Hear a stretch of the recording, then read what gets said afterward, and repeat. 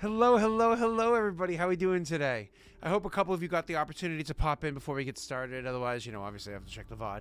Sorry about the kind of crazy last second thing, but when one of the PCs weren't feeling well today, I don't like to, it's always one of the things, too, where almost all the PCs I play with are very, very nice people. And they'll be like, yeah, I'm not feeling that great today. I don't know if I should. And my opinion is usually, if you're not up for it, if you're not up for it, then let's just can it. I never want pressure on someone who isn't feeling okay. And unfortunately, at the point in time where we are with Inclement, it kind of hard to go hunt down and murder a whole bunch of people over an organization if you're missing, one of the only 3 people to do the hunting and the murdering. So I just didn't want to play without it. So Jake, being the absolute lad that he is, came up with a great idea. You see, Jake saw an opportunity. He's like, listen, I know this upcoming Monday night, it nicks up with Kingdom Rolls, and we still have to finish up some stuff with Cell and whatnot. So if I can slide in my Kingdom Rolls now, even though it's slightly out of turn, that allows us to all finish up this whole round, because it goes Cell, Nick, and Jake. So if we do Jake now, and then we do finish up Cell and Nick this upcoming Monday night, that means that we can kind of move forward afterwards with, okay, boom, the chapter is closed of their time of peace, and the tidal wave can come in. You know what I mean? So that we can kind of dedicate not this upcoming easy Monday, on the next tidal wave, okay? Easy on the size of the wave. I mean, let's be honest. The only reason why Jake feels it's necessary to do this is because he was like, Scott, I would love an opportunity to get another thing of Kingdom Rolls before this comes in. But we all know that Cell is going to take up Nick's entire session again. And I want an opportunity to be able to actually do a Kingdom Roll. See, he's nodding along. Before Cell takes up the whole goddamn session again, I want an opportunity. That's right. So, yeah. Remember, we're starting with Cell next week, so the first half of the session, Nick can level characters again. Yeah, honestly, the first half of the session is going to be Cell not even starting his Kingdom Rolls. Cell's finished them, hasn't he? I mean, technically speaking, he has a couple events left or something like that. So, yeah, don't blame you there. Yeah, see, Amanda knows what's what. And thank you so much for the 22 months of Viking. All right, cool. So, Jake, let's kind of get into your Kingdom Rolls again. Slightly out of order, but as we previously discussed before we went live, you're not waiting on them for anything. You know what I mean? I don't think, not that I can remember. Like they Nick were has to build the canals at some point, but it wasn't. I'm not waiting on it. Exactly, you're not waiting on that. There's nothing that impacts you on that one, and I don't even think was doing that for another couple months, anyways. I think he was looking to do up by his way. Let's actually, unfortunately, because we're on the solo screen here, it's a little awkward. The map kind of jumps in our face, but I'll put up the map screens for chat to see. That's not too bad. It's a little impeding on your view, but not too bad. All right. So I know that where he is up here, there are these 2 hexes that need to have their put onto it. Their rivers put on. Sorry, no, my apologies. These 2 hexes need to have their rivers put onto it. So if Nick was wanted to do his part in it, Nick should really build this water one here. And then I don't know if he wants to grab this hex or if these people are grabbing this hex. I think, let me just look at that kingdom. 1, 2, 3, 4, 5, 6, 7, 8, 9, 10, 11, 12, 13. Yeah, I'm actually going to have them grab this hex right here. Which makes sense that they would grab that hex right there. Which yeah, I hex just are you did. talking about? Oh, yeah. Yeah, it makes sense that they would grab that one there, and they would actually be bordering Nick's kingdom there. But yeah, that allows them to finish doing the canal building and can start flooding this area with the lake that we were talking about beforehand. And then once that lake gets flooded in, then I think he'll start doing the canal building down. But I don't think that's a priority of his yet. I think it would be, in my opinion, it would behoove him to invest the money to build the one river or canal. How much does that cost? Looking up real quick. It's the same as a road. No, I think it's slightly more, isn't it? I don't think so. I think they're the same. Twice the cost of a road. Oh, twice. Yeah, so that would only on planes. That's only 2 BP. It's 1 for a road. So I mean, that would cost him only 2 BP. That's nothing. and that would be him fulfilling his part of the bargain for now, without anything like finicky or whatnot. I don't know how much expansion he's looking to do. In my opinion, he's really going to start building out here.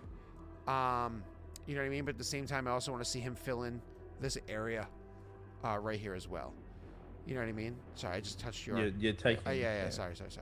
I think he should fill in this area right here as well. Or maybe that's you mine. are. That's mine there, Scott. If you say so. Oh, it's mine. If you say so. Oh, yeah, because he has a line that you guys previously discussed, doesn't he? Yeah. Okay, so he realistically... Except he's supposed to be taking these hills. He wanted to take them. He might. He probably may need to do if these people are right here. Yeah. You know what I'm saying? That's gonna be on him. But either way, so if you're taking these, then realistically, all Nick needs to do to fulfill his thing with the canal is to build one here, and then eventually claim this hex and build one here. And then if you're taking this hex right here, then that's your job to do the last couple. You know what I mean? Yep. So, but either way, cool. I digress. That was talking about Nick here. So since you're not reliant on any of them to get this done, we can kind of just jump into doing your kingdom rolls. And I want to be 100% friggin' clear. When Jake showed me, like literally almost a month ago, maybe a month ago now, how he had pre-planned his stuff out. Jake is the most prepped out of everybody. Cell may have the best grasp on the rules of the game, and so Cell has a pretty strong grasp, and he automates things by like setting up spreadsheets and whatnot to simplify rules, and so we have to give him credit for that. Jake has pre-plotted his kingdom building like a year or so out. It's pretty awesome. Nick, however, he's riding that wave. Cell doesn't trust chat for a reason, Amanda. It was earned. All right, cool. So, Jake, I guess without further ado, actually, let me hold on, let me just do this one thing because I am an idiot and set up really quickly and didn't pull up your kingdom sheet. So, let me grab that.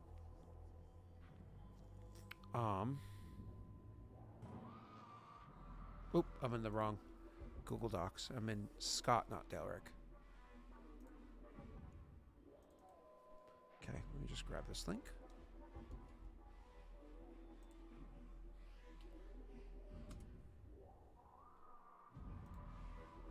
Okay, come right back.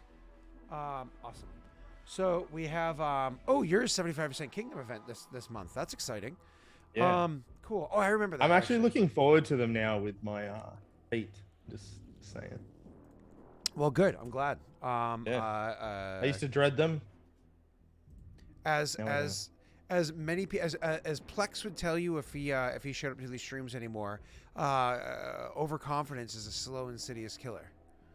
So, just as a reminder about that one. Nick just rolls 2 on everything, including kingdom planning. Oh, can we clip that? Can we clip this and ping him? That'd be amazing. Oh, that's sexy. I love it. All right, cool. Let's get into this, sir, so we can be productive. So right off the bat, what you want to do is your actual stability check, which for you is really friggin' easy. Again, this is your last month of before I start like coming full swing again with some of the other important details that are coming, because springtime awakens a lot. Unfortunately, the Barrenlands is quiet in the winter. You know, it's like your time where you don't really have to deal with them, but things really come to life again in the spring. So go ahead and roll me your unfailable stability check.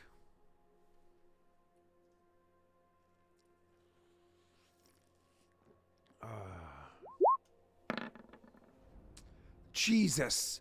Now is not the time. It's not the time. That could have been a 1. I could have got that out of the way. Yeah, that should have been your economy roll. Come on, Jake. Yeah.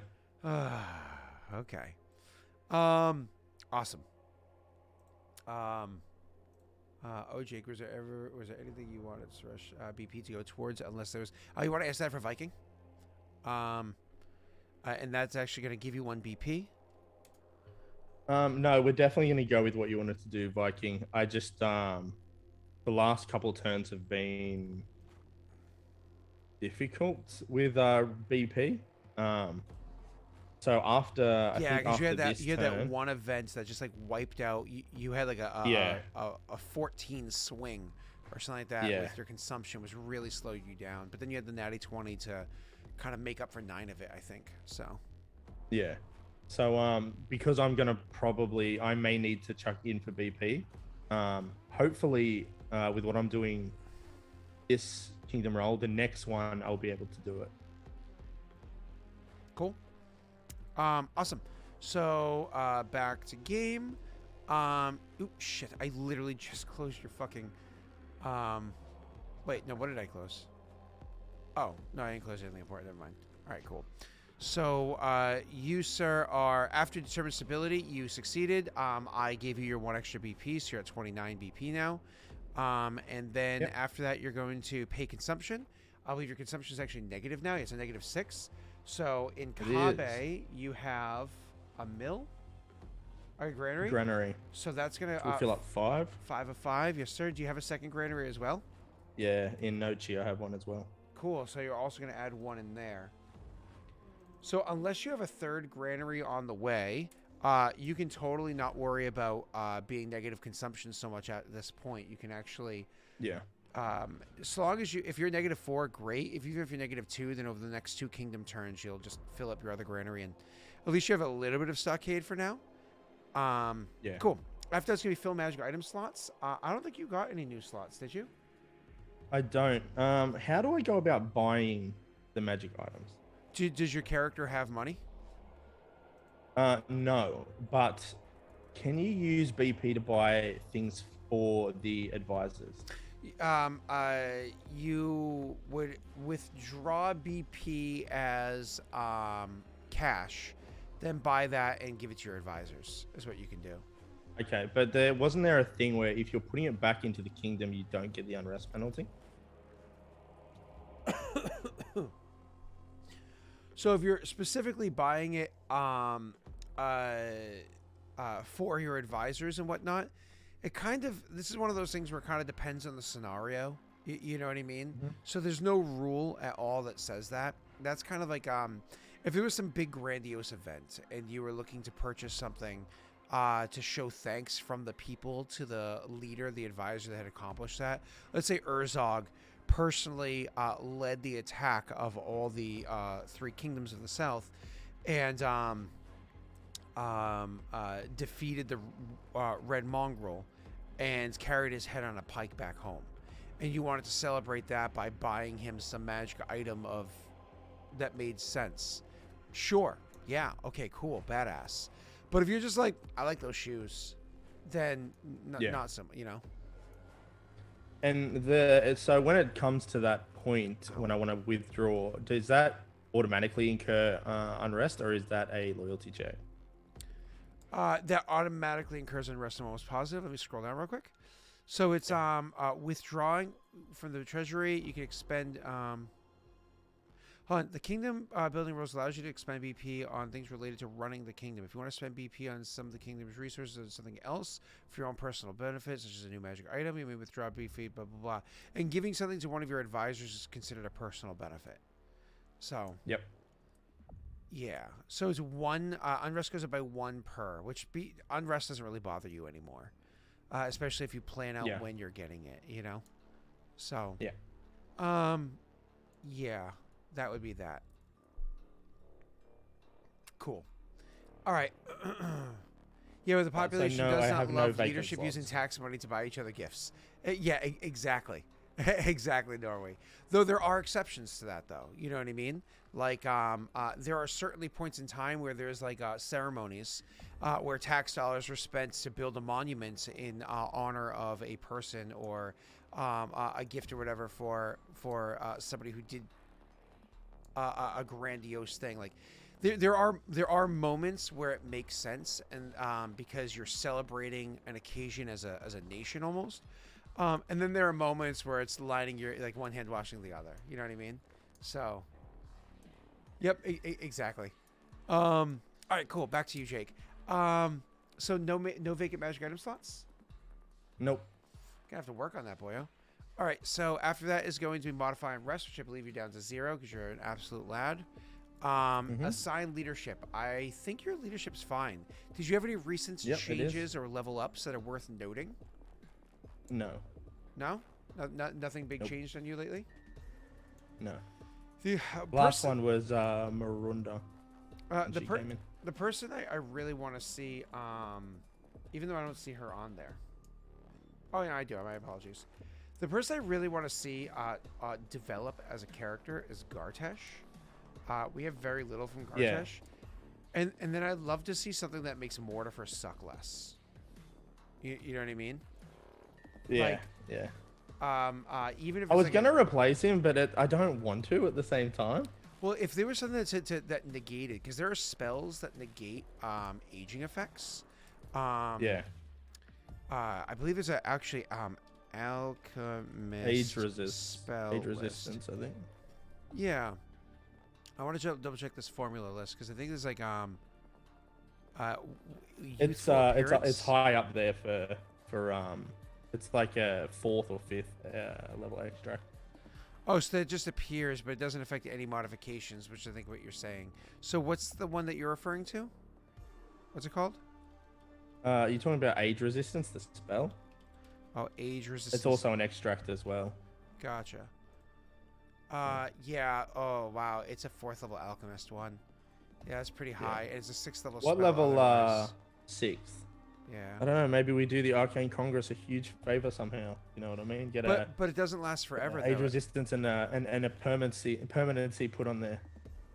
Okay. Well, lesser age resistance, which is actually only a 3rd level alchemist thing, lasts for 24 hours. The higher level one also lasts for 24 hours, and there's a greater one. So the lesser one, which is only 3rd level, you ignore the physical detriments of being middle-aged. The spell does not cause you to look younger, nor does it prevent you dying from old age. But as long as the spell is in effect, you ignore the negative one strength, dexterity, constitution you accrue from becoming middle-aged. You retain age-related bonuses, while under the effects, additional penalties that you accrue becoming old and vulnerable apply in full. So he would only get rid of -1s.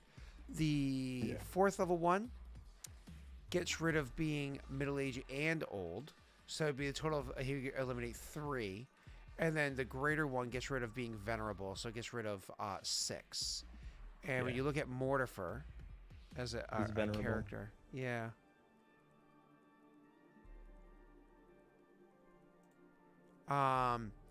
So yeah, if you're looking at his strength is what he uses as a stat, I think.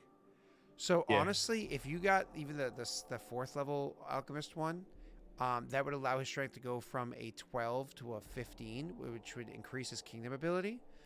If you can get the +6 though, oh boy, that's a +3 stat as opposed to a +1. It's a +3 higher, which would be sexy. Yeah. But he would still die of old age no matter what. But yeah. While he's in the kingdom role, it wouldn't be as bad, Yeah. But the issue is though that you have to drink it once every 24 hours. And even just the 4th level one, it requires a 10th level alchemist. A 6th level one requires a 16th level alchemist. So that's why we need the good dealings with the AC. All right, that's the permanency. All right? I remember I think an arcane eye being made permanent in the middle of a keep. Yeah. They can do it. Huh? They can. Just need to do them a huge favor. All right. As I learned from Care Bears as a child, where there's a will, there's a way. So, all right. That was the Nutcracker special. Anyways, so assign leadership is nothing. Claim land. This is your moment of truth. You're claiming your last 2 hexes. Yep. All right, so we're gonna take the hill here. All right. Hold on, let me go over to my other tab. So that is a hill hex. So I need to grab you, Kappa, Pasta. I know you're eventually going to want to make yourself some watchtowers. And where else? Definitely going to need some watchtowers over here as well. Yeah, it was really it was iconic for me there, Viking. It was an important episode for me, or movie, I think it technically was. All right, so over on your kingdom sheet, we have to increase your hills and your plains each by 1. So plains goes to 16, Hills goes to 5, and that equals 26 total, which jumps your kingdom, immediately jumps your kingdom to 26, which changes everything. This means There starting we go. right First now. one. Yes. First one. This also unlocks something. You'll find out after their session. Don't worry about it. So, See, all right, I'm gonna not worry about it. All right. so the one thing I do want to say is because it's supposed to trickle downwards. Things take effect trickling downwards. So as soon as he hits 26, I wouldn't see it affecting your loyalty stat yet, right? I see it during your assigned leadership during the next phase, because that's where the shuffling and whatnot happens of responsibility and effect. So I would see the bonus of your loyalty happening your next kingdom roll, right? But that doesn't matter because loyalty doesn't matter to you right now. You're not about to make an army today, right? But what does take effect immediately, now that you've claimed 2 hexes, you're abandoning 0, is now that we're moving on to terrain improvements, you went from the maximum of 3 a turn to 5 a turn, which is huge. So do you even have 5 terrain improvements you want to make? Or are you good with like way less than that? Definitely not. Yeah, I'm good with way less. Okay, what are you doing for terrain improvements, sir? I think we are going to build a farm. Why build a farm, you ask? Because if I need to activate my army, the consumption is going to be, I prefer it to be in the negatives before it uses up the granary stuff. Yeah, so when your army's activated, you pay consumption weekly. Well, I should say the rate goes up weekly, though you can still pay the bill monthly, right? So having it be reduced is certainly a good thing. Definitely. So where do you want to build that farm? The hex I just took. Over here? Yeah. All right, cool. That's nice and ripe for another clan to come take, too, so that makes sense. It's definitely not. The only clans around here are Cell and Cell's Vassal. Yes. That's definitely true. Nobody else. Well, I has could have expanding. Look. It was either there, or it was down near the Barrenlands border. All right, and the side that I haven't secured yet. I think there is relationships too new with the Knolls to all of a sudden start constructing over their head, and putting a bunch of soldiers in the area. So let's add to your farm down here, which this is a legit regular farm. First you've had in a while. So it keeps your consumption at -6. Even though it was already -4, you just brought it back to a -6, and you're paying 1 plus 2. So you're back down to 26 in your treasury. All right, that's it for your terrain improvements. You're 100% sure? You know, aqueducts, bridges, canals, farms, fisheries, forts, highways, nothing? No, how do you get to a highway? Huge building cost. Your kingdom size is a 26, buddy. You can start building highways. Yeah. Oh, nice. A highway is a paved and well-maintained version of a road.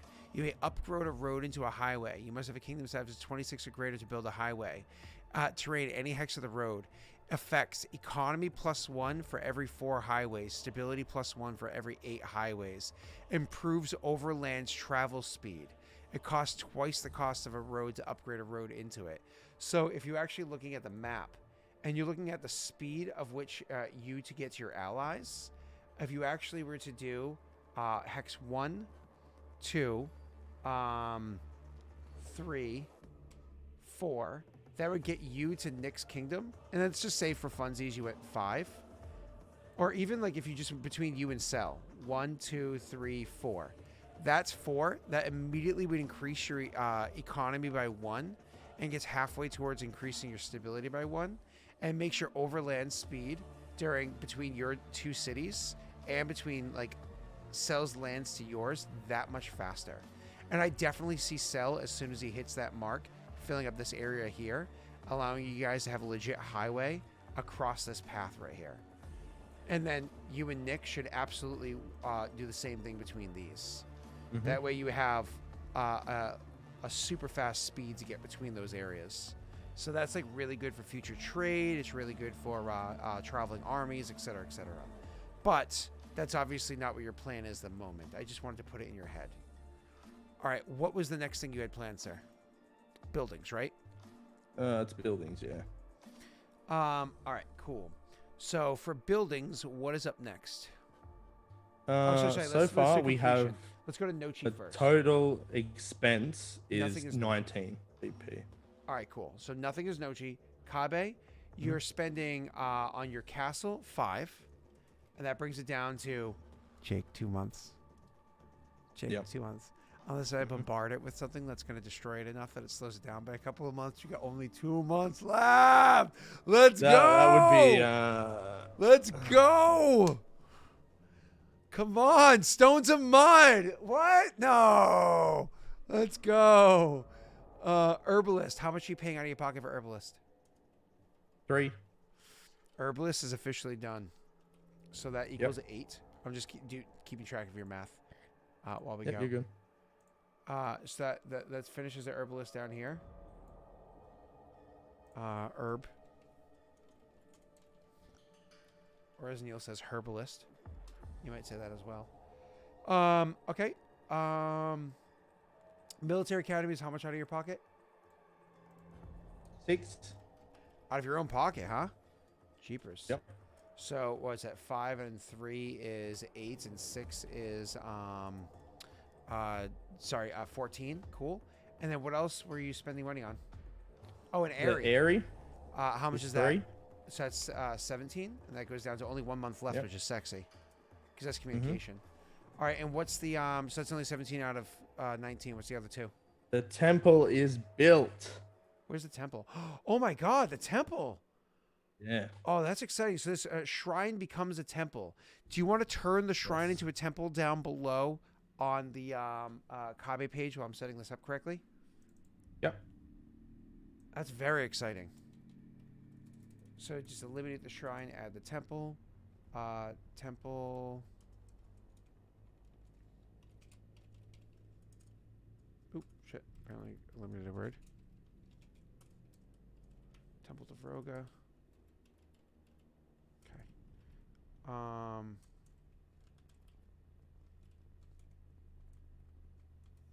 Temple to Vroga plus. What the fuck? It's being so weird. Temple to Vroga plus Cistern. That was weird. There we go. That was weird. T2V. All right. Awesome. You got that done down there? Yep. Cool. All right. That's 19 coming out of your treasury. I'm going to adjust it right now. So that brings you from 26 down to 17. Any other buildings you're starting now that you can technically build 5 buildings? I'm building the crematorium at the top next to the graveyard. How much? How long? Does it say in the book? 4 and 1. So it's it's done instant. this time. Oh, cool. So you're spending 4 more, which brings you down to a 13. Add that into the thing down below, please. Yeah. Okay.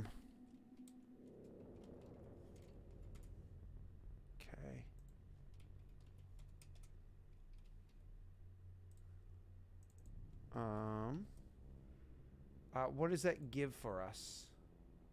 Just 1 stability. But it's got something to do with certain events. It gives you a bonus too. Oh, yes. It's like disease and whatnot, right?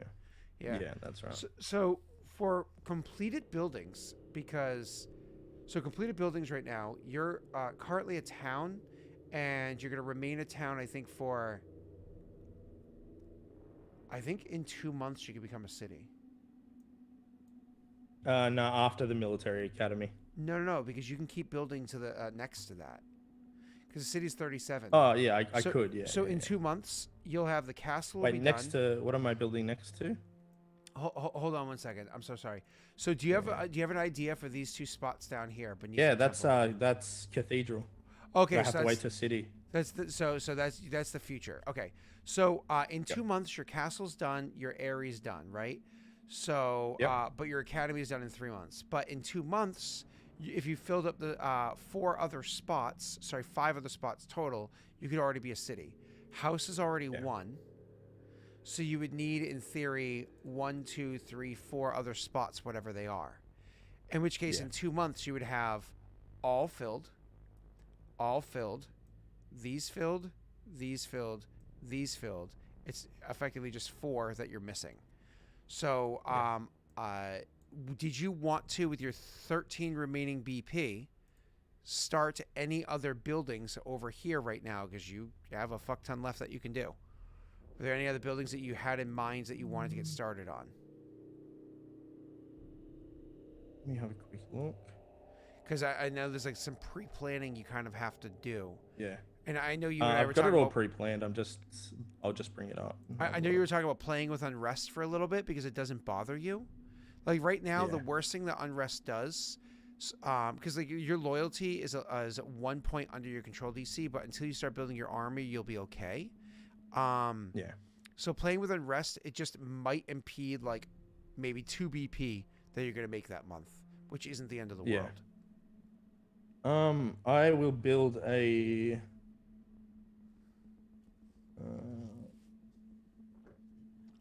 I'm gonna build another brothel. Where is it going? And does it have to be adjacent to a thing? It does not have to be adjacent to anything. And I'm going to put it next to the house. North or east? Right where your thing is. Stupid thing, one type. I'll do it. I don't remember what a brothel does. Can you remind me? Because I don't have that book open. Economy and loyalty. However, when you have 3 bordellos, it's 1 infamy. Oh, fun. Do you have 3 yet? Yeah. Really? Do I have? I think I have 1 in Nochi. Is it called a bordello or is it called a brothel? I have 2. A bordello. Oh, okay. Bordello. So does this equal 2 in this town? Yeah, 2. You have 2 in this town? Where's the other one? Oh, I see it. Okay, I have, cool. yeah. So I'm going to change that to a 2 down below. Yep. That's still nice. Economy, you know what? Loyalty. You know what we're going to do? Yeah? We are going to build... Oh, how much was that? And how long? 4 and 1. Okay, so cool, cool. Very exciting. Go ahead. Yep. We're building another bordello. Oh, boy, where? Where did I have that one located? I'm pulling right below it. Okay, give me 1 second. I'm just pulling up a book real quick. Because for anyone that doesn't know, this is a specialized district. So yeah, it is. I'll do it real you'll see it as it comes to fruition. Double Dello, nice. I like that one.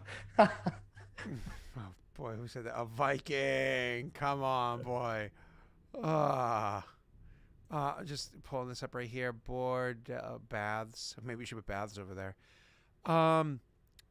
So, yeah. Oh, okay. I see. +1 infamy per 3 bordellos or gambling dens. Special. Each bordello also gives a -1 to stability checks to resist drug, debt, and plague events, which is fine because you have insane stability. Awesome. Yeah. So this is 4 more BP, to be clear, which brings you down to from 9 to 5, which again is fine. Going 9 to 5. And you said 1's going to be immediately beneath it. It doesn't need to be built next to anything. So we're literally just going to copy pasta this. And that gets you to 3 bordellos. You have none in the other town, right? No. So I have a question. You currently have those bordellos. Over here, you have a dance hall and a bordello that seem off kilter over here. Are you eventually going to demolish those buildings and build them over here instead? No, because the way I look at it, that's a district where like Verix lives, right? So there's important. That's why there's a tavern and stuff there. There's going to be the dance hall and the bordello there, right next to the castle. Oh my God, Jake! Okay, it's time. You need to start letting people name your buildings, right? Like, come on. You're about to be a city. You gotta let people start naming them. Like, so we gotta come up with badass names for the 3 bordellos, including the one right next to the fucking castle. Dude. The royal treatment. It doesn't make sense for Densho, but come on, the royal treatment. Come on. No, it's not bad. I think Jack can one up you. Listen, I'm excited. I'm so excited the plaid's coming off because I have more plaid on underneath it. So nice. double plaid. You know, Oh. All right. I don't get called a hipster for nothing. All right. The eat out. Oh, ew. Ew. Ew. That's just crass. Besides, maybe Varix prefers the gobble down. You know, like, come on now. You know, no shame in his game. I think that the warlord should be able to enjoy whatever he likes. All right, moving on. Jesus. Sorry, that just threw me off base. All right, you just built only 2 buildings, Jake? 3. What was the third one? The crematorium. Oh, my apologies. 3 buildings. You still have 5 BP left. I know you don't like bottoming yourself out, but did you want to add any more at this point? Was there any more that you needed to pre-plan with like houses or tenements or anything like that? Or are you fine with holding off? No, because I plan my stuff out very well. Yeah. I'm going to build, like, once the military academy's done, I am building an arena. And I'm using Vex's thing to halve the time I build it. Yep. Because that gives me a discount to nearly all the buildings in the that I'm building over there. Yep. Like a good chunk of them. Which makes sense. Which, yeah. And the ruins also saves you money too. BP. So. Yeah. Cool. I mean, I'm excited about it either way. All right, awesome. So we have an understanding there. All right, so just so everybody understands why he wanted to do this, just as a reminder in case you can't properly see this, let me zoom this out just a sec, bring it to 90%. So for this to go from being a town to being a city, which actually changes the mechanics of the whole place, including what buildings he can build, for that to happen, he needs to have at least 37 slots filled. So in one district, because he has 2 districts in this area now, in one district you have a maximum of 36. In 2 months, once this castle, which fills up 4, is done, he's going to have 4 open slots. These 2, which will inevitably be a cathedral, and these 2, which will be the military academy, done the following month. So he now has, to compensate for 4 open slots over here, he now has 3 things done, a house and 2 bordellos, which means in next month, if he wants to, he can build literally 2 other things, and that would equal compensating for the 4 open slots, and then the 1 extra one being what turns this officially into a city. Now, if I remember correctly, in the actual video game, there was a city kind of crowning ceremony. It was like an extra expense that you had to do to officially make it a city. I remember that, yeah. But I don't think that there is a mechanic for that in this game. I think it just automatically becomes that way. And I'm fine with there not being a mechanic for it. But either way, that's exciting. That's genuinely exciting. Like Jake, you're not only the first 26, you're about to have a city. Cell's sitting there like, I just moved my capital city over. I'm pretty impressed with myself. And you're like, bro, there's like 2 buildings there. And he's like, slow and steady. Slow and steady. Okay? All right. Look, remember when Densho started off, all right? Thought it wasn't going to go anywhere, and now it's blossoming into something beautiful. Yeah. Right? Well, he's an old man. Full of bordellos. Well, there's beautiful people in the bordellos, so. All right, cool. Man, I'm sorry, but like, I like the idea of your bordellos having names that feel very barren lands. You know what I mean? Yeah, it would be good once everything's done, because then like people can name the inns, like the taverns. I think as part like of it becoming a stuff. city. I think as part of it becoming a city. This is for the people that are in the Patreon tier that are supposed to be able to do this. The part of it becoming the city is all the things getting their official names. So that's 2 more in-game months. We should have this, not this one, but after 2 more in-game months, we need them all named. So that gives us IRL about a month real life time, maybe 5 weeks real life time, to have them all pre-plotted. So if you want to name one for Jake, call out a building that you want to have named. You can't name things like his castle, because, you know, Jake's going to want to do that one. But names like the garrison, the bordellos, the dance halls, the alchemist shops, the so on and so forth, the park, monuments, et cetera, et cetera. All right, Jake, back to you, sir. Yep. So we're done with buildings. I think you did 4? No, three. Three. Three. Yeah. Cool. So, you're not creating any armies or issuing any edicts right now? No. Okay, so you're 100% fine with all that stuff. I want to see your stats. Yep. Dude, you fixed your loyalty just with buildings alone. That's sexy. All right, Yeah. cool. All right, so after we're done with that, no edicts, are you sure? Nothing? Yeah, I don't need to do expansion. Recruitment is already at aggressive. What happens if I do this? Oh, I want to see what you're doing. Looking. What are you talking about, reducing taxes? Increasing them. Huh. It's a loyalty check, to be clear. Yeah, we'll leave it at that. Yeah, that hurts your loyalty down a little bit.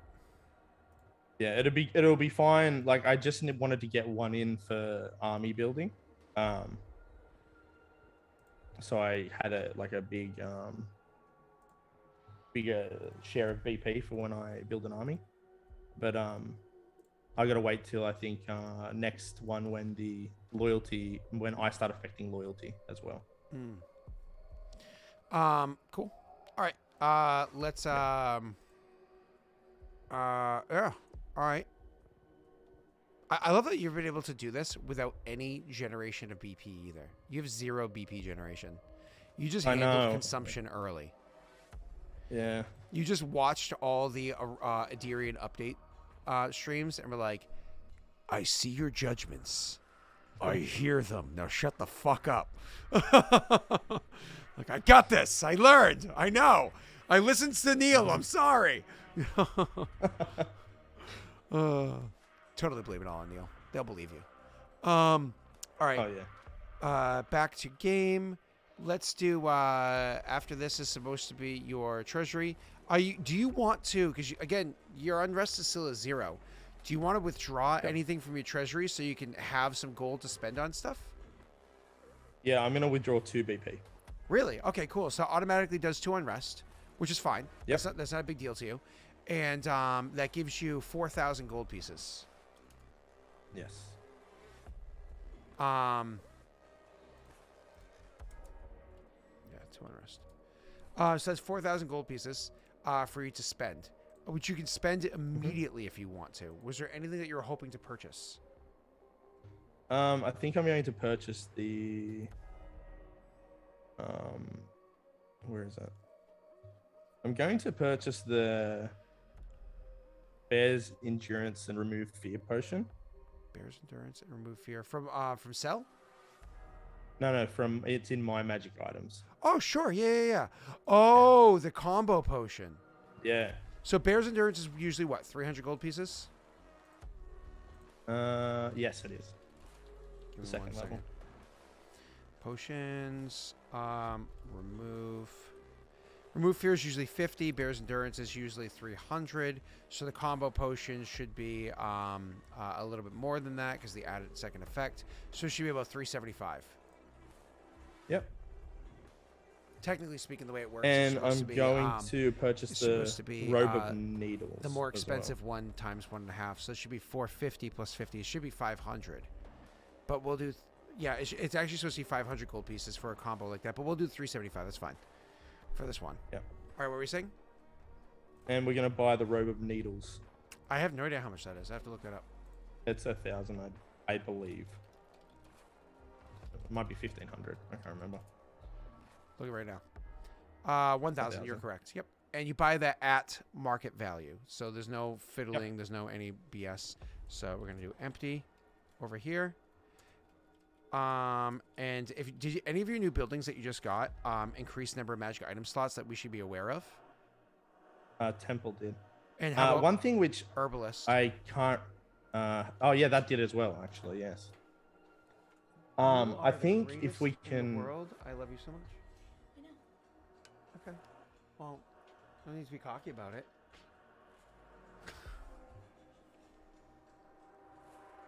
Nice. All right, cool. I'm happy. I think I didn't hear you, so if it's all right, if we kind of go back one step. What I wanted to sell, try and clear the other magic items that were on there. Oh, yeah. You can do one of those for free. I think it's Yep. either automatic or it costs you a check to do. After that, it actually takes checks to do. So give me 1 second to confirm this. Mm-hmm. You did not hear me. It's not going back. It's actually going forward. Withdraw is the first thing, and then deposits and Okay. whatnot. So before you even do that, what is temple? What is shrine remove and temple add? I'm looking it up right now. Shrine is Shrine is 1 minor potion, blah, blah, blah, blah. And temple is 2 minors. So more or less all we're going to do is add items. another minor. Yeah. Yep. So you guys can see where we are over here. So slots, technically speaking, temple 2. So temple 1, temple 2. and Herbalist does a minor potion or wondrous item as well. So, Herbalist 1. And then what is your other building that gives you slots? Because you have multiple slots in there. The Alchemist. What does Alchemist give? Alchemist gives a minor potion or wondrous item. 1? Okay. Yes. Perfect. So that's 1, 2, 3, 4. Is look like what, but you already had 4 slots prior. So unless there's some sort of crazy event that gave you an extra slot, which totally could have happened, is there any other thing that you have that gives you one? Do you get them from the bordello? No. Look what I don't found. think so. So then that just means that you probably had one from an extra event or no, because I think I usually highlight those. So maybe we were just off kilter by a bit or whatever it was, but we're fine now. Yeah. So what did you want to try to push out? Dust of Illusion or Bear's Endurance? Dust of Illusion first. So you're not depositing, so sell expensive items for BP.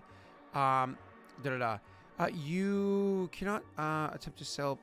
So you can attempt to sell personal expensive items through a kingdom's market. The treasury, you may sell 1 item per settlements per settlement district per turn. Whoa, 1 item per settlement district per turn.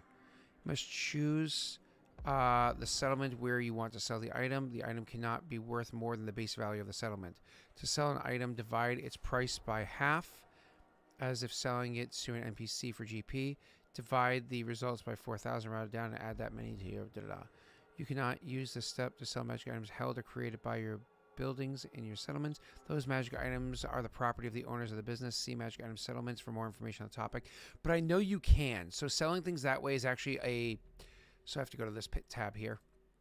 I think it's a check. Mm-hmm. Magic items gaining, filling, emptying slots. If you are unsatisfied with the magic item generated by a slot, there are 3 ways to purge the undesired item and make the slot vacant. The first is to purchase it with your own GP, which makes it your own personal property, meaning and means you may do with it as you please. Use it, sell it at half price. How would you do that? Use it as a reward for local general, so on. Yep. So even like if you want to buy something for one of your local people, it literally says you do that by buying it with yourself. Second method is to manipulate your kingdom's economy to encourage an NPC to purchase it, such a random adventurer passing through the settlement. During step 3 of the income phase, you may attempt 1 economy check for each filled slot you want to empty. For every such check after the first one, your economy decreases by 1. So if you do it just once, you're fine. If you do it more than once, your economy goes down. I'm definitely just going to do it once. Cool. Yeah. Since these manipulations are harmful to your kingdom's economy and typically only serve to get rid of an item that you consider undesirable. If the check fails, nothing happens. If the check succeeds, erase the item from your slot. You can attempt to fill it in the future as normal. You do not gain BP, GP, or anything like that, so on and so forth. The third way is to spend 1 BP equals 2,000 to purchase the item. If you take the item for your own use, this counts as withdrawing BP from your treasury for your personal use. If you use the item in that way, it doesn't directly benefit you or other PCs, such as giving it to a hero of your army or donating it to a settlement as a religious or historical artifact. Then purchasing it is essentially like other kingdom expenditures and does not increase unrest or loyalty. So you can do the third way is the 1 BP equals 2,000 GP, but you don't get money left over. So if something costs, say, 1,000 gold pieces and you sacrifice a whole BP for 1 item, and you give it to like a general, but not like to one of your leaders, but like to say thank you to Yeah. one of your citizens that isn't a leader, then it doesn't Yeah. hurt you, but you also you don't get to keep the change, right? Yeah. So So it's just better for me to do it this way at the moment. rather for what you're doing it for. Yeah. But in the future, Yeah. that totally could be something to do to give to like one of your commanders. So not for Mhm. one of your leaders, but one of your commanders. That could be cool. Just Yeah. maybe don't have one of those commanders be a blood relative, right? Yeah. All right, cool. So you can do one economy check, which you'll auto succeed, I think. So let me just look at your modifier. It's gonna be with a plus 53. You technically can fail that with a natty 1. So go ahead.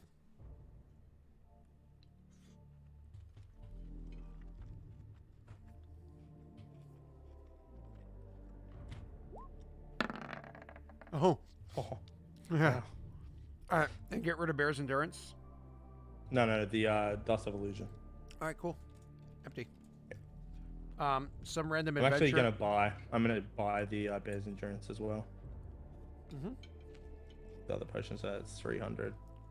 Some random adventurer comes by, buys a Dust of Illusion. That's totally not going to come back to bite you in the butt with a trump card later on. I see. Jay gets All right, mad when I Irithel's do that. getting he's getting a robe of needles so he can shoot needles at them. Jake gets mad when I'm planting ideas. That's what he calls it. Yeah. All right. So that finishes that. Now it's time, sir, for the ever important tax collection. Yes. Oh, and after you roll your luck and everything, Steve did give 1 to BP last week. So that would have been for the upcoming nice. rolls. So you apply this now. I think Cell already rolled for his, so I'm just going to give him 1 because it was like at the end of his roll turn. Yeah. So he's just Can going you to run me through quickly the control numbers? So I think the control DC is 49 now. Yep, give me 2 seconds. Get there. Control DC is 49 because of 26 plus the district and everything. Economy is 53. Loyalty is 48 and stability is 63. All right. We're gonna roll luck first. Okay. You always want at least a 3 on luck. Yeah. All right, tax collection.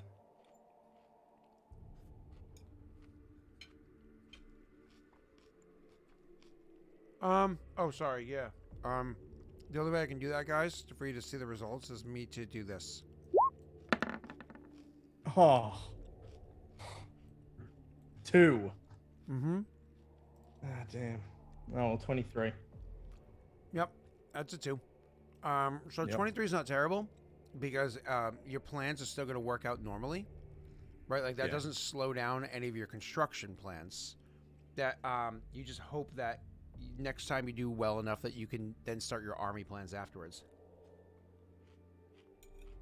By the way, that only happened because I accidentally bumped your die when I was moving the screen over at Viking's request. So Viking did that too. Ah, Yeah. I see. Yeah, I'm sorry about that. No. All right, I've added that in. Get you up to 26. I think it's one of the lowest BPs you've had in a long time. Yeah, in like the last 3 rolls, I think. Mm-hmm. All right, cool. So, let's move on. Yep. Now it's time for events. Now, you had reminded me of an event that was supposed to trigger. Yes. I'm trying to pull something up right now in books. So, by the way, Colosseum. Oh, I was in Colossus. It's Colosseum. Dude, you need a Colossus. Like, jokes aside, let me actually switch this tab back over. That's what the building is gonna be. The one that the ruins is. It's a Colossus. No, Colosseum and Colossus are 2 different things. Yeah, it's gonna be a Colossus. Oh, it's going to be Oh, gotcha. I was going to say. Yeah. Because I was thinking the Colossus of Rhodes, which was like that dude with like the legs and you like go underneath it or whatever. Like ships can go underneath it. Which, by the way, I know there's like writings of the Colossus of Rhodes, but I don't think isn't there like 0 physical evidence that the Colossus of Rhodes ever existed. There's just writings of people talking about it or some shit like that because it's a lost wonder. I could be wrong there. I like the idea of like the Colossus of Rhodes being like because you're a big LOTR fan, you're a big nerd, having like a Colossus up on this hill and a Colossus up on this hill. So like as people in the Barrenlands approach, these fucking massive statues that are so big can be seen from as far out as the edge of the lake over here. You know what I mean? I'm building one in the Barrenlands if I get that far. Yeah, well, those are technically in the Barrenlands. That's exactly my point. It's like yeah. it's like when people, if you had it like perfect, you would want to put one because you want all 4 of these hills to have like a Colossus on them. So when anybody approaches from the Barrenlands, in my opinion, the perfect world, you'd want to have either here would be another hill that belonged to you, or here would be another hill that belonged to you, and you would want to have You have to have a one. city to build a Colossus, though. Unfortunately, I know, but maybe as like a terrain improvement. You know what I mean? Like, and that way, more or less, if you approach from the Barrenlands from any direction, you would just see a giant Colossus of most likely Varix because he's egocentric. Probably. Yeah. All right, cool. So it was a bronze statue, but again, I don't think there was any. I thought it was made out of stone, but again, and I isn't there 0 evidence that it ever existed? Like, aside from all the written evidence, like there is still no there's still no physical evidence left. All right. Cool. Where were we? You had mentioned events. I'm looking up the the other thing, which is up here. Oh, that came from. Did that say right there? Oh, that's fine. Nope. Scrolling. Where are you? Here we go. There you are.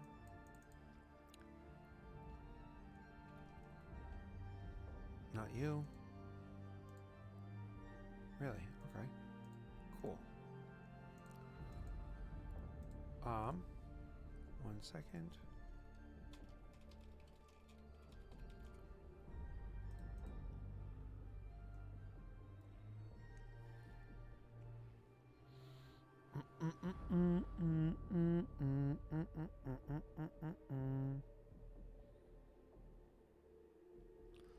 Where are you?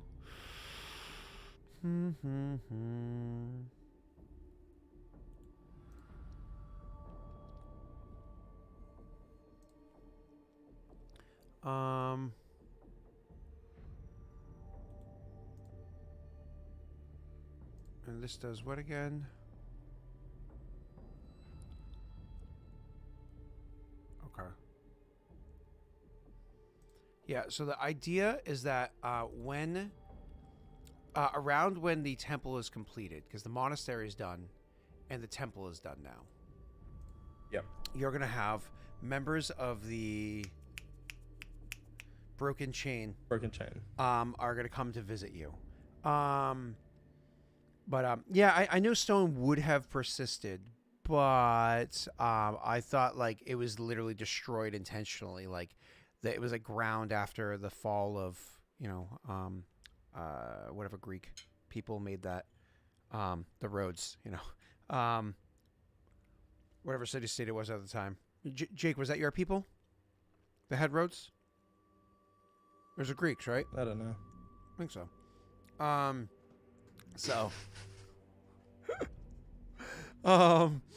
So the brain's not working. Yeah, so they return. She returns to speak with you. So just kind of like they invite her. There's like she comes into the meeting hall to meet with you. I imagine that you can. So she comes in, same as she always does. Maybe a couple extra scars or whatever, but that have already healed over. But she arrives. I'll allow you to kind of like talk. You've returned. As you can see, the temple is finished. She nods and says, "It seems as though your people, with the aid of ours, have been able to stay on construction schedule. That's impressive. Usually, with the amount of conflict that happens in the region, things are delayed considerably. I imagine Well, there's a this is degree a of stability that comes from your allies to the east and north. yes, there is. Important to have allies. She nods. It is important to have allies, especially when you have allies that you can genuinely trust. And it's easy to trust when you share a faith. It's those that have different faiths that can sometimes be concerning. You don't know exactly where their heart is, so you don't know where their motives, where their heart lies, so you don't know where their motives will lead to. But we're not here to discuss others' motives. We're here to celebrate the completion of the temple. She does say, while I was waiting for this meeting, I did find some time to go and meet with the person that apparently made some last-minute changes to the temple before it was completed. I believe he is one of yours, Vex. Vex, yes, he's my son. She nods. He is very imaginative. He has already started to plots the footprint of how he intends to expand the temple, a temple that has only just finished its construction. We are an ambitious lot. Ambition is something to be respected. It's something to be feared. But over-ambition can swiftly lead to defeat. You're not being overly ambitious, are you, Warlord? Not at all. She nods. Well, I am not someone who should doubt. You are the Ashen Orc, the one that legends foretold, the one who has shown over the course of countless ages their worth, and who has been nothing but impressive since we've met ourselves. That being said, I told you that when you return we would do some training. I would like to offer an opportunity for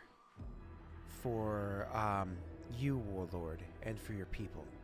I wish to show you the ways of the broken chain, how it is that we choose to fight our enemies, how it is we choose to rip and tear and annihilate them as we go. I wish to show you the ways that we fight in hopes that you will like the teachings and adopt them for your people. You're also ambitious. Not overly. She nods and says, I'm a religious leader. It is my responsibility to always put forward the continuation and flourishing of our faith, because if I don't, it'll likely be staggered and swallowed up by those around it.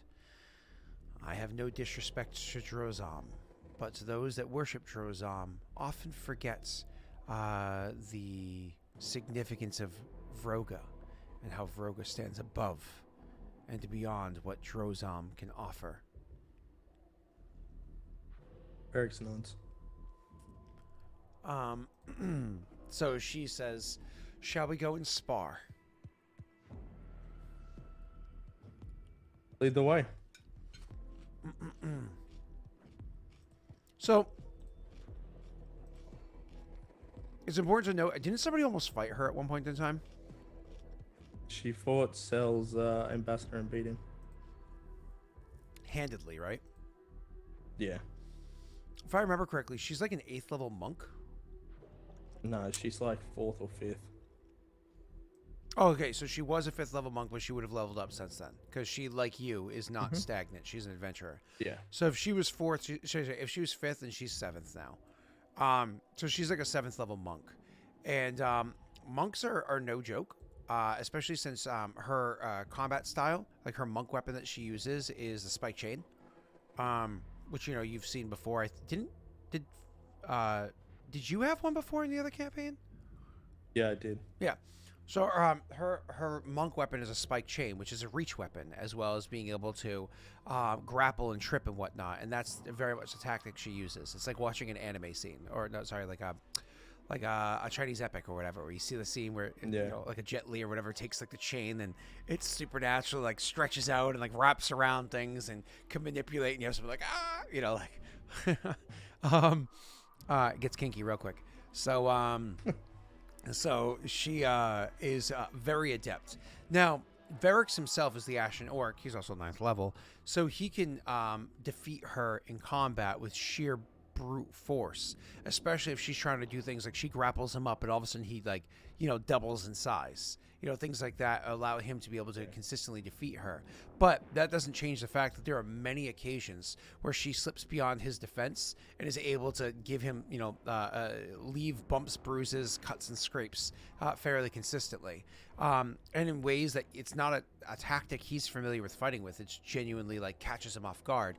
And more than that, there are many occasions where he goes to attack her full on onslaught, and she's able to slip and weave between his attacks and defense positioning tactics that he's not familiar with, and can even turn those attacks against him.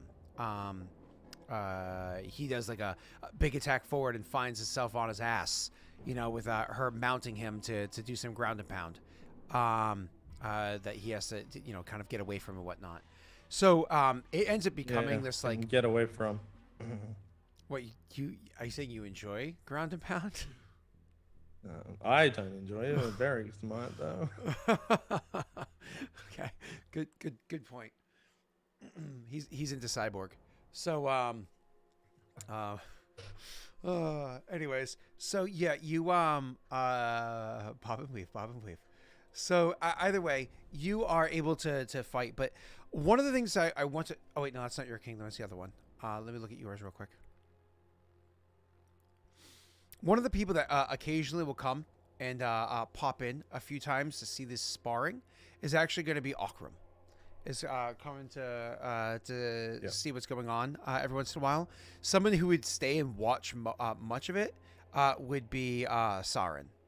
Would stay and watch a good portion of the fighting or whatever that's happening there, to see how it plays out.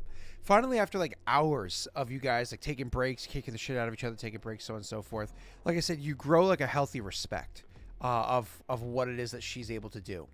And so she informs you, she says, like, as you guys like out of breath and sweating or whatever, literally open wounds, bleeding, you know, grabbing like a rag or something to start like tapping the wound. She says, I have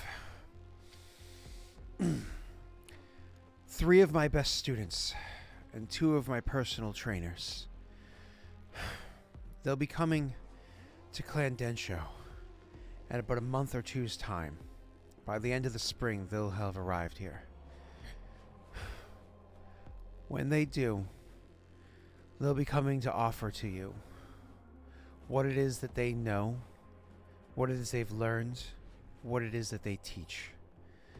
I wish to see Clan Varix no longer mindlessly running into the battlefield, throwing caution to the wind, because no member of Clan Varix, not a single one of them, can stand up against what I just did, because not a single member of Clan Varix is the Ashen Orcs.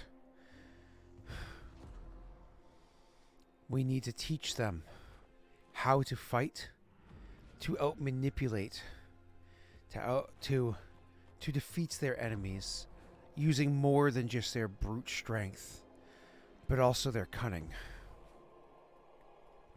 Do you think you can pull together, or have your general, your war chief, pull together those that would be fit for this style of combat? As I will do it. She nods, you know, having caught her breath, you know, a couple moments or whatever of catching her breath. She says, one of the greatest benefits to the way that you lead your clan to fight the way that they do is that it's hard to break their minds, to break their resolve. Sorry, to manipulate their minds and break their resolve. When they slip into their battle fervor, their dedication, their focus is um, uh, insurmountable. However, the training that they'll receive here makes it even more so.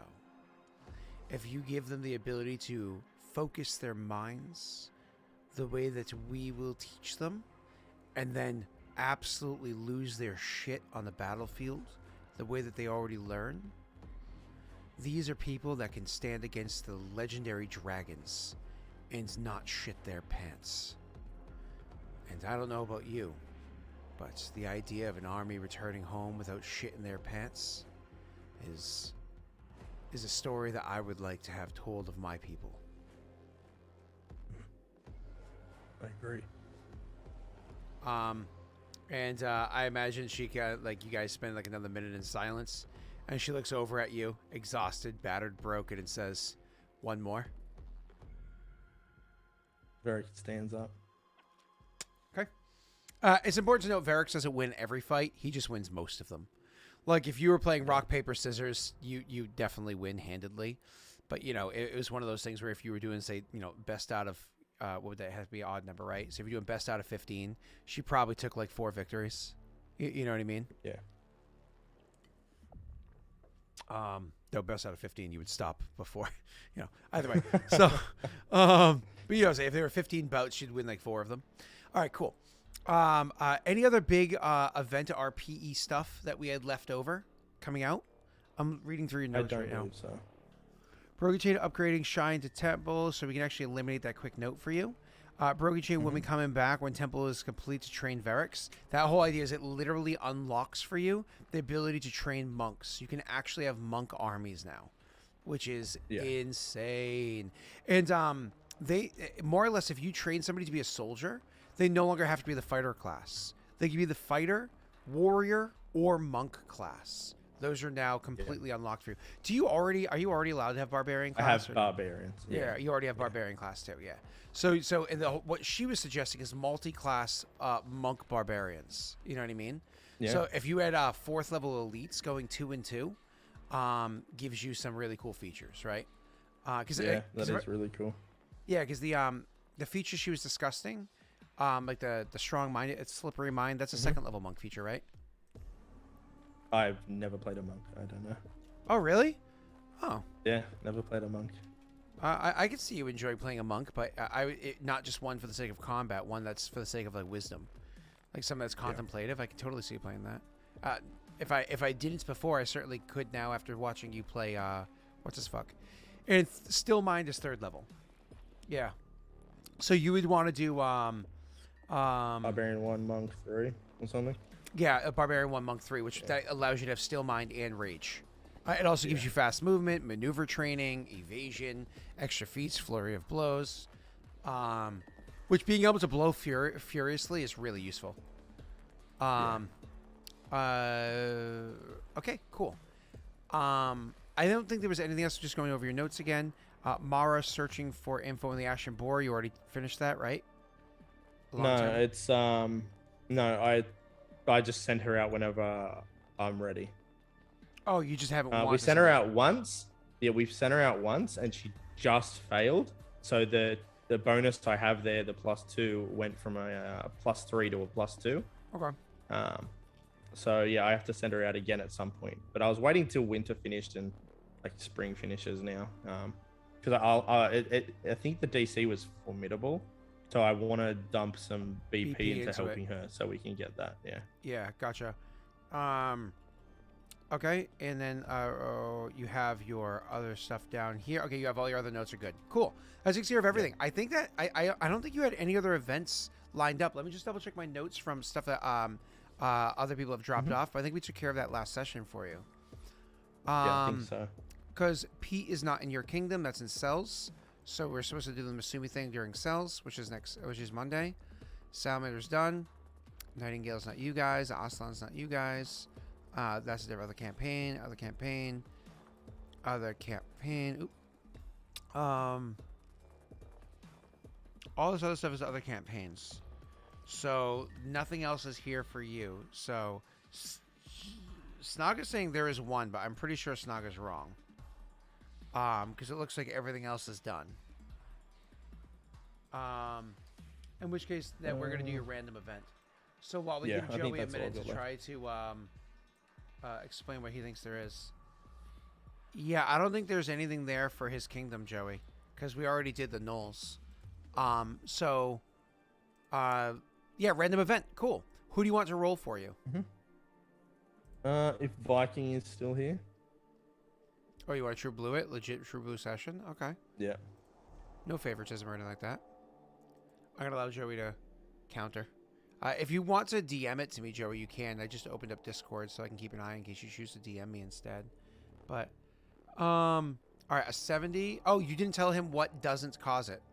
But 70 is kind of in the middle. It's below 76. I always do 1 to 25. Oh, okay, cool. So that just kind of assumes, yeah. No.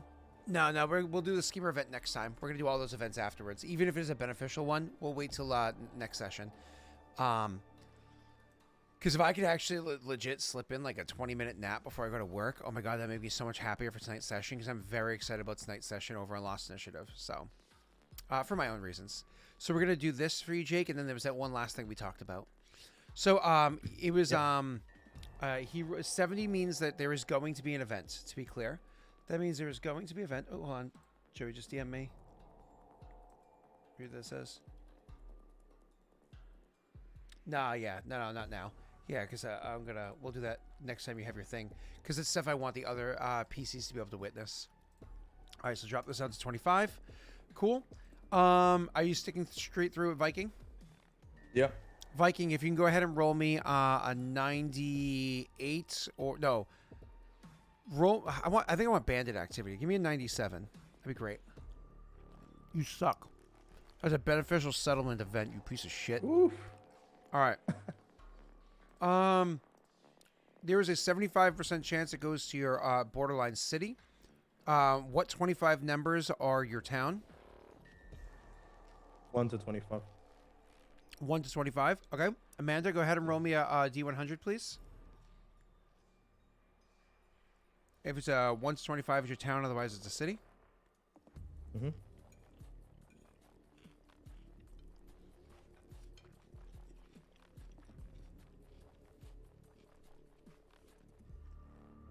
And then after Amanda decides which town, Jake, who do you want to roll for what the actual event is? You can go back to Viking, stick with Amanda, go to somebody else. I don't care. Viking has done me well. Okay, cool. So after Amanda rolls a D100. Oh! It's Nochi instead of Kabe. Okay. Yeah. You got the last one too. Mm-hmm. All right. Go ahead and roll it for me, sir. Let's see what it is. Roll twice, please. Oh, yeah. Roll twice. That's a cool one.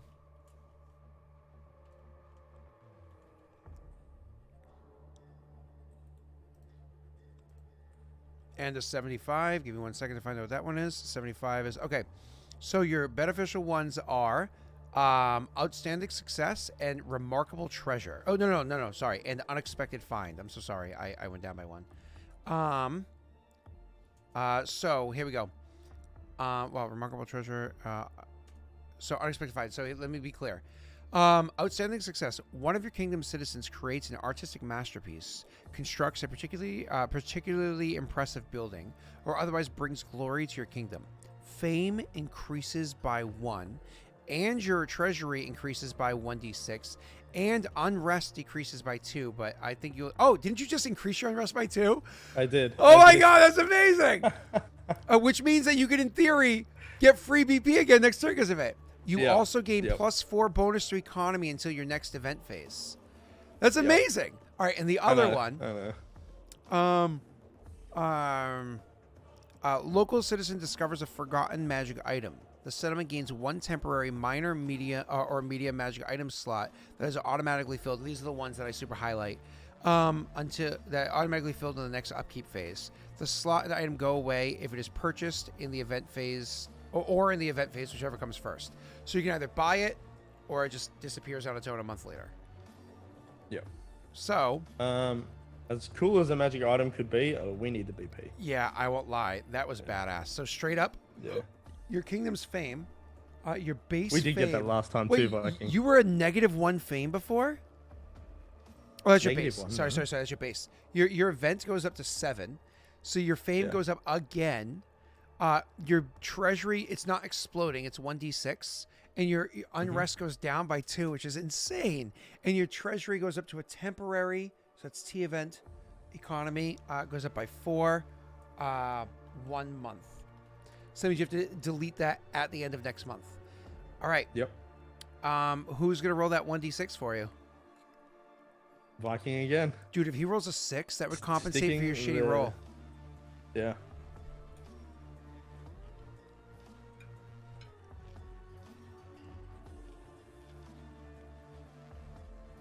Yeah, you do. No, not bad though. 3. That's good. I mean, you're bottom half, but that's not bad though. That's better than a 1. So 29 BP is, I think, around where you started this past month. Yeah, we're back up there. But Feeling better now. but the important thing is, like, if you look at what you owe this upcoming month, your buildings planning, so you can kind of fill this out in your pink area. Military Academy is 6. I think it's all out of pocket, and Castle is 5. I think it's all out of pocket. Yep. And Airy, I think you're paying 3 out of pocket, 3. right? So that is 9. That's 14 in buildings owed. That's not bad. Yeah. You know what I mean? Owing only 14 in your building, your consumption is negative. So that means you still have 15 left over. That's pretty solid. And I know you're probably going to want to build a couple of, maybe 2 more buildings next turn? Or is it the turn? If we can. Yeah, next turn you wanted to build 2 more buildings. I think you had very specific buildings in mind. Actually, I think you wanted to build 4 buildings, if I remember correctly, but 2 of them were like super fucking cheap. So. Possibly. I think I may save it so I can recruit another 100 people. What do you mean? To the army. Add you know what I'm talking about? Mm-hmm. Yeah. So we might expand the army, give it another 100. All right. Lastly, I wanted to go over was this little detail right here. Give me 1 second to pull up the Wikia.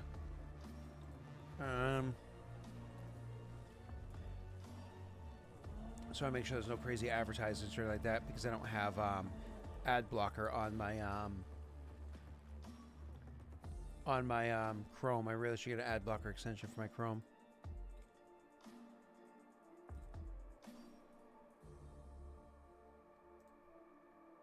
One second. There we go. God damn it. Go away. I don't even know what this ad is.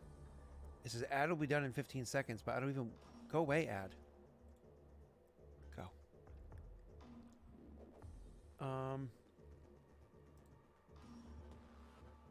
1 second.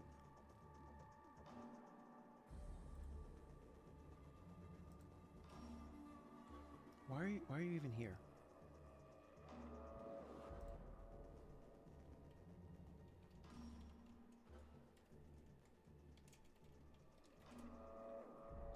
Being ignored. Try and make it go away. It's being annoying. Can I get rid of this whole bump? Bump? Yeah, let's get rid of What the is it, whole an thing. advertisement? Yeah, I was just trying to get rid of the stupid little video thing. Try to get rid of it, and it's like, nah, go fuck yourself. We're gonna stay here forever. I don't even know what it is. Oh, it's Geico. Annoying. Oh well, that's fine. Free Geico ad. So so we're on the Wikia for the Pathfinder Kingmaker video game, right? The idea of the Goblin Quarters is a building in Pathfinder Kingmaker. Their BP runs very different than ours here because BP means less there.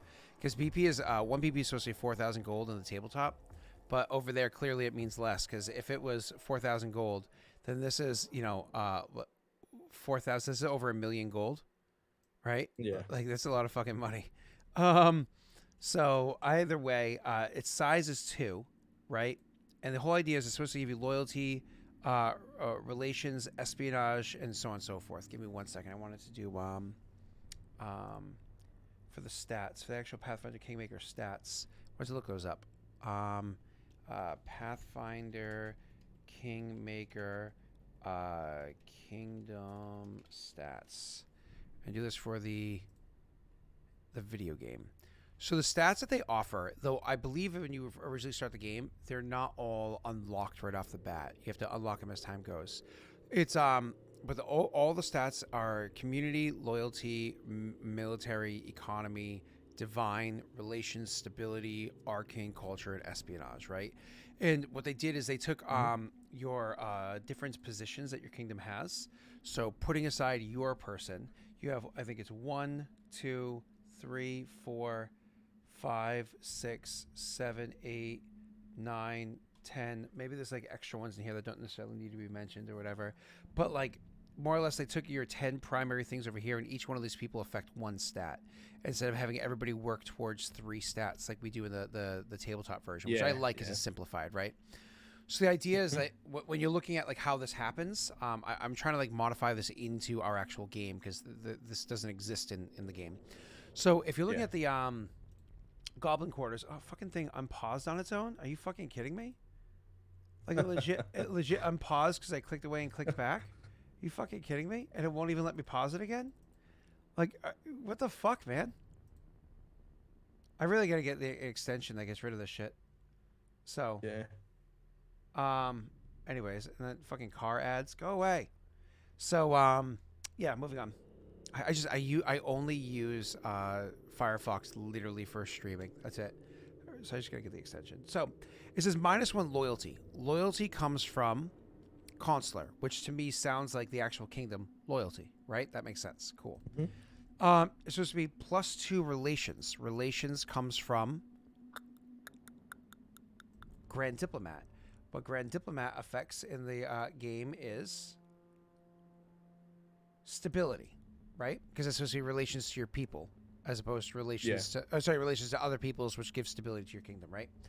And then +3 espionage. Espionage comes from your minister. Your ministers are spy master, to be clear. Spy master is whatever you want it to be, so it's kind of like loosey goosey. And then lastly, it affects barbarian arena, whatever. So it's kind of like -1 loyalty, +2 stability, and +2 I would maybe economy. I don't fucking know. So how do we want to equate a Goblin Quarters into this game? And how much is 125 BP worth in this game? This is kind of like the question that I have, and not one that needs to be answered now because Jake's not just instantly building this, but it's something that we're going to have to require Jake to do as a tax, if you will, if he's going to keep inviting all these different types of peoples into his kingdom. So I'm kind of throwing it to you guys in chat, like if you have any ideas in mind of something that you like it goes to. You use it, well, +2 stability, +3 society, +3 society. Ha! No. Actually, what I would see if you're going for those other things, which is kind of what I was leaning towards. I'm going to close out this tab, by the way, because it's fucking advertisements. So leaning to what he's talking about over in Nochi, minus to loyalty to your overall people, I can definitely see being a thing. -1 to loyalty, I can definitely see being a thing. But I can also see, like when you're talking about society potentially taking a hit. Sorry, society taking a bonus to society, like he's saying, because it adds to the culture. Like I'm of the mindset melting pot's great. More culture equals more culture, right? And then stability, I don't see them adding to stability. I could see them adding to something like maybe productivity. Could it be economy? Because don't they run a restaurant? Have the Goblin restaurant? Well, that's if you're talking about the goblins. We're more or less trying to make a baseline of what you would use for a building for goblins, for giants, for whatever, right? Yeah. But economy to me makes less sense because it's not about trade. Like your goblins aren't going out and doing trade with other clans, you know? Your giants aren't going out and doing trade with other clans. I almost like the idea of having it be -1 loyalty, plus 2 or 3 or whatever to society. But then also, the game BP is 80 GP, if I recall correctly. So 10k GP by their pricing. I'd say only one slot, 1 BP more than a house, so 5 BP total. I could see that. Ooh! The other thing is it counts as a building, right? Sorry, like a special effect. So maybe it can also count as a house for the sake of building adjacent to. So if you have to have an inn next to the Goblin Place could be a good idea.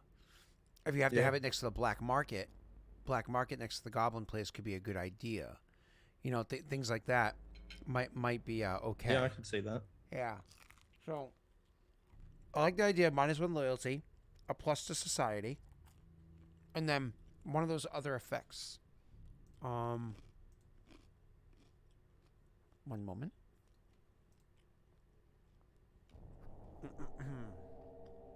So let's talk about some of these other effects real quick. I'm trying to grab buildings that have other fun effects. You know what I mean?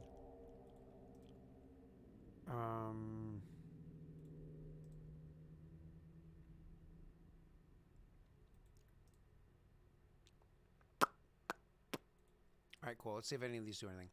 So black market has to be adjacent to 2 houses, but it increases your base value and it also gives you access to magic items, right? A house, it is what other things have to be built next to, right? Like, so for instance, like an inn has to be built next to a house to be built and increases society, right? But then you have other stuff like a foundry also increases economy and BP when you have mines connected by roads or rivers, right?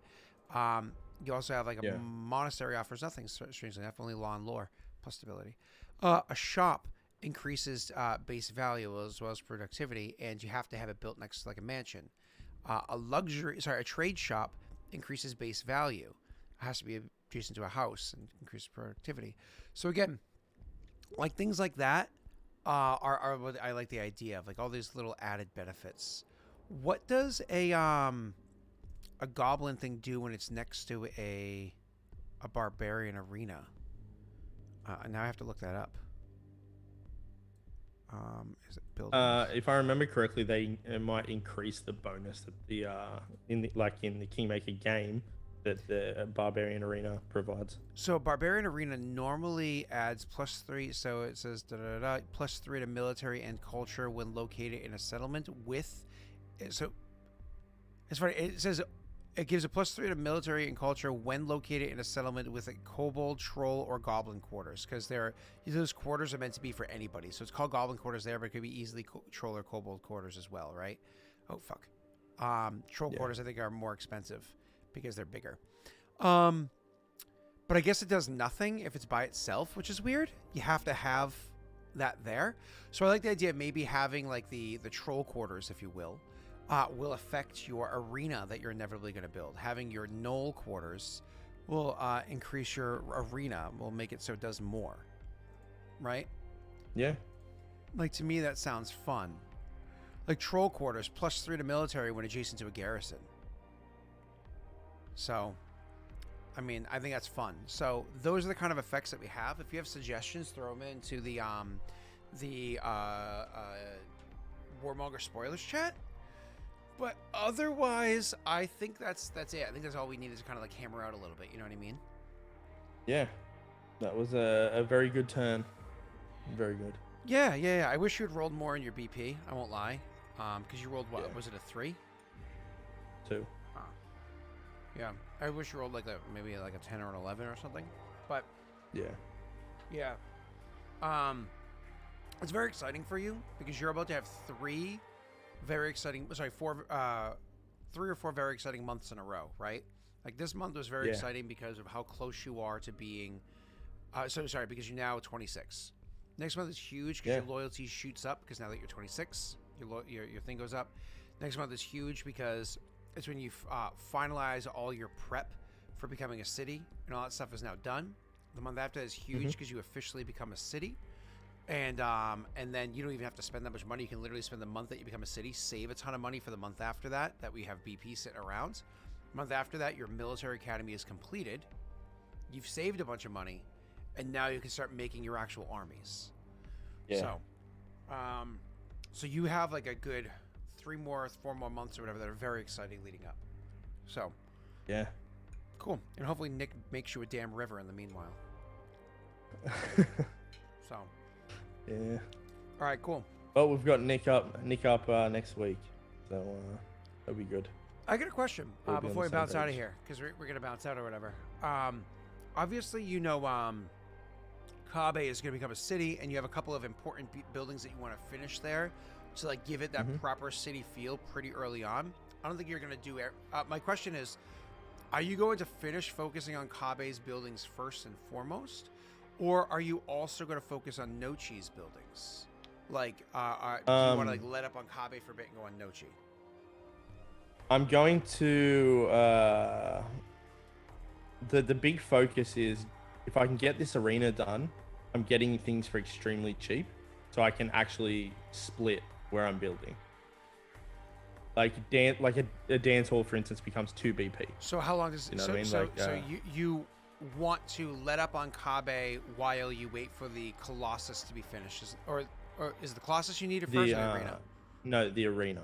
While you wait for the arena to be finished, how long does it take to build an arena normally? It's 10 months, but because Vex can do it in half the time, it's 5. Is it half the time, or is it It's half the time. Okay. They work at double speed. Oh wow. So more or less, and you're starting that the same month your military academy is completed. You're starting the arena. Depending on the situation of. Oh no, actually, same month that where we are. your castle is complete. No, Vex is on in the military academy. So military academy is complete. Yeah. Okay, so a month Yep. later, and it's actually not that expensive. It's only 4 BP a month. Oh, Yeah, but because you're doing it half the time, you still have to it's pay doubled. So you have to pay 8 a month, right? Yeah.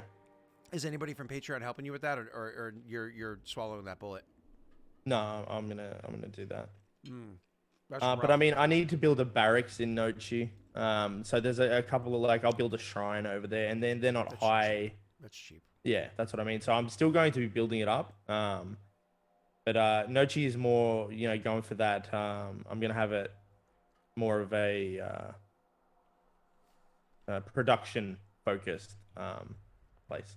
All right, cool. Yeah. I'm literally, just so you know, while we're talking, I'm literally looking at 2 things. One, the book that talks about like how long it takes to build things and how much. And Yeah. Jake has already set out a map. He already made a map of what his kingdom like. I already see in 3 out of the 4 districts how he has shit set up.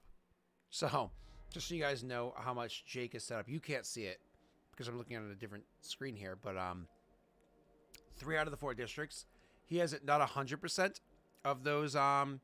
What's that? Like 100? I think there's about 100 slots in 3 districts. He has at least, like, we'll say 75 out of those 100 slots filled out. So he knows what the fuck he's doing. The big question is planning it in a smart way. The big thing is arena, because it's going to discount a lot of the other stuff, allowing him to snowball. Because once that arena is done and everything else is like half price and whatnot, that allows him to like really build things very quickly. Just like he can focus on 5 buildings at a time without killing himself. Cool. Yeah. And a lot of those buildings are going to increase economy, which is going to increase taxation. So that's what we want. Yep. All right, cool. So I'm going to, like I said, not next session because your kingdom roll is already done. You're in the future of next session. But interesting things happen soon.